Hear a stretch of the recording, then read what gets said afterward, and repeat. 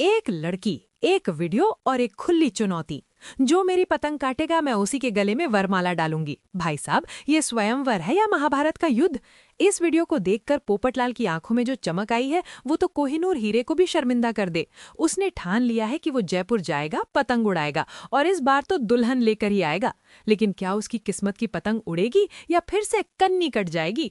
और गोकुल धाम वाले इस पागलपन में उसका साथ कैसे देंगे? कहानी की शुरुआत होती है गोकुल धाम सोसाइटी के कंपाउंड से।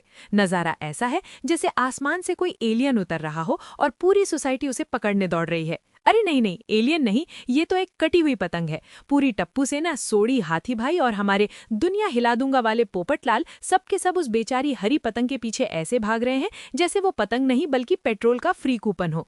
सबकी नजरें आसमान पर हैं, मुंह खुले हैं और टांगे हवा से बातें कर रही हैं। बैकग्राउंड म्यूजिक एकदम एक्शन मूवी वाला चल रहा है। पतंग लहराते हुए नीचे आती है। भिड़े और माधवी भाभी एकदम तैयार खड़े हैं, जैसे कैच लपकने के लिए फील्डर खड़े होते हैं। पतंग उनके हाथों में आने ही वाली होती है कि किस्मत का खेल देखिए, पतंग के दो टुकड़े हो जाते हैं। आधा भिड़े के हाथ में, आधा हवा में। मतलब हाथ को आया पर मुंह न लगा वाला सीन हो गया। अब भिड़े तो भिड़े हैं, अपनी बेइज्जती को कवर करना उन्हें बखूबी आता है। फटी पतंग को देखकर बोलते हैं, अरे कुछ नहीं, वो पतंग की खींचातानी में उसके पुर्जे ढीले हो गए। अब्दुल भी मजे लेते हुए कहता है, भाई साहब, पतंग पकड़ने के लिए इतना ड्रामा? रोशन भाभी तुरंत सुधारती हैं, कटी नहीं, फटी पतंग। और पूरी सोसाइटी ऐसे हंस पड़ती है जैसे किसी ने लाफ्टर शो का टिकट बांट दिया हो। लेकिन पोपटलाल, वो तो ऑप्टिमिज्म की दुकान है। अपनी छतरी को तलवार की तरह हिलाते हुए कहते हैं, अरे कटी हुई पतंग पकड़ने का अपना अलग ही मजा है। मतलब पोपटलाल को हर कटी हुई चीज में उम्मीद नजर आती है, चाहे वो पतंग हो या उनकी शादी की तारीख। यहाँ से शुरू होता है भिड़े का फ्लैशबैक पुराण।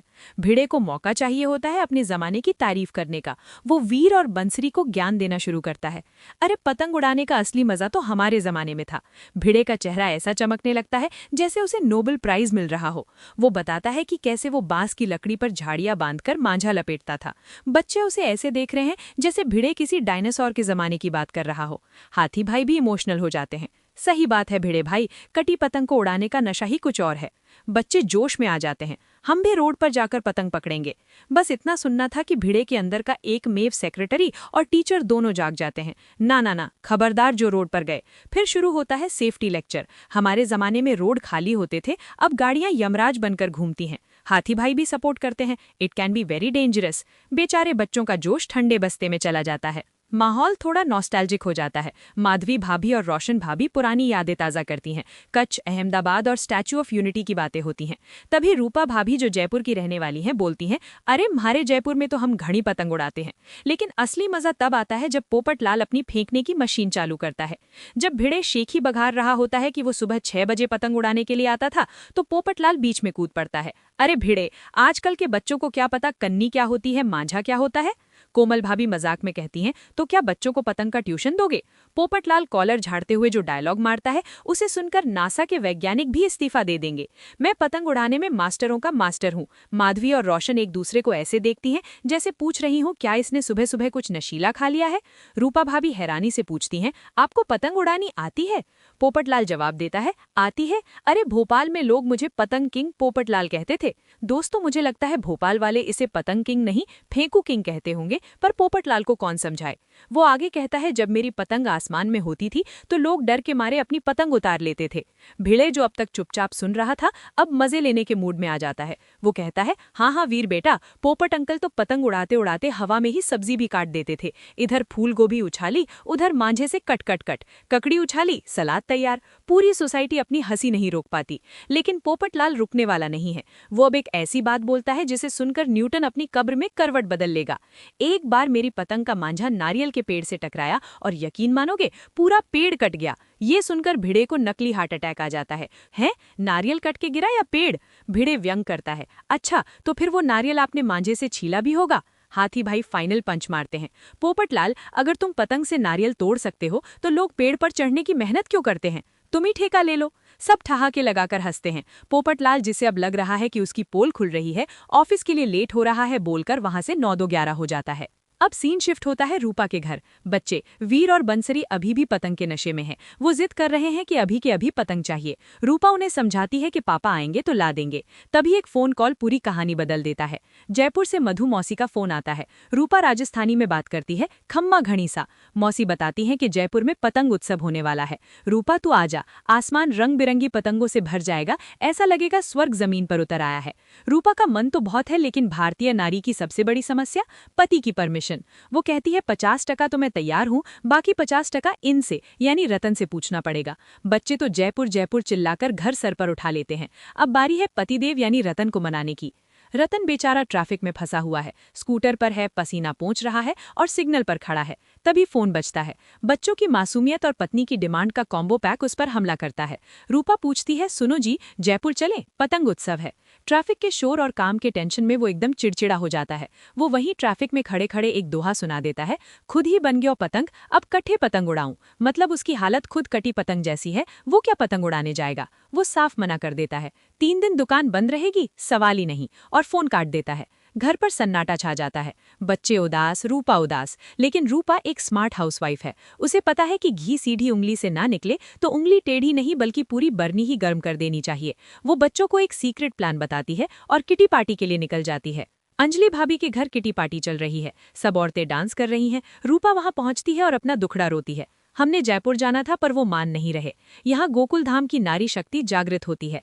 बबीता जी जो मॉडर्न ख्यालों की है सलाह देती है, अरे तो अकेले चली जाओ ना। रूपा तुरंत पतिव्रता मोड ऑन कर लेती है, ना बाबा ना, उनके बिना तो खाना भी बिना नमक का लगता है। रोशन भाभी अपना नुस्खा देती हैं, अरे अपने नमक को थोड़ा मस्का लगाओ। बबीता जी फाइनल ब्रह्मास्त्र देती हैं, पेट का रास्ता दिल से होकर जाता है। बढ़िया राजस्थानी खाना बनाओ, एक्स्ट्रा घी डालो और फिर अपनी बात मनवाओ। और फिर सब मिलकर रूपा को चीयर अप करने के लिए घूमर डांस करते हैं। प्लान सेट है। शाम को रतन का ऐसा स्वागत होगा कि वो ना बोल ही नहीं पाएगा। रात होती है। रतन थका हारा दुनिया भर का बोझ लेकर घर घुसता है, लेकिन जैसे ही दरवाजा खोलता है उसे लगता है वो गलत घर में आ गया है या फिर वो सपना देख रहा है। घर किसी राजमहल की तरह सजा है। बच्चे और रूपा राजस्थानी कपड़ों में तैयार हैं। बंसरी नगाड़ा बजाते हुए ऐलान करती है, सावधान, महाराज रतन सिंह पधारे हैं। रतन की हालत देखने लायक है। वो डर जाता है, भाई ये क्या हो रहा है। वीर उसका बैग ऐसे लेता है जैसे कोहिनूर संभाल रहा हो। रूपा पानी का गिलास लेकर आती है, जल ग्रहण कीजिए महाराज। रतन को सोफे पर बिठाया जाता है। वीर एक टब लेकर आता है और रतन के मोजे धोकर उसके पैर धोने लगता है। अब रतन जो दिन भर दुकान पर ग्राहकों की किचकिच सुनता है, उसे ये महाराजा ट्रीटमेंट जन्नत लग रहा है। वो मजे से आंखें बंद करके रिलैक्स करता है। फिर बारी आती है खाने की। डाइनिंग टेबल पर गट्टे की सब्जी, दाल बाटी, चूरमा, मतलब पूरा राजस्थान परोस दिया गया है। रतन खुश होकर खाने की तरफ हाथ बढ़ाता है, लेकिन रूपा रोक देती है, नहीं महाराज, हम खिलाएंगे। जैसे ही पहला निवाला मुंह के पास आता है, रतन का सिक्स्थ सेंस जाग जाता है। वो समझ जाता है कि दाल में कुछ काला नहीं, पूरी दाल ही काली है। वो खाना रोक देता है और सीधा पूछता है, देखो ये इतनी इज्जत हजम नहीं हो रही, बात क्या है, जयपुर जाना है ना।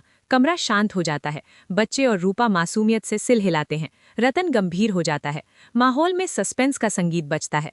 वो भारी आवाज में बोलता है, अगर ये बात है तो मेरा फैसला सुन लो, हम जयपुर नहीं जाएंगे।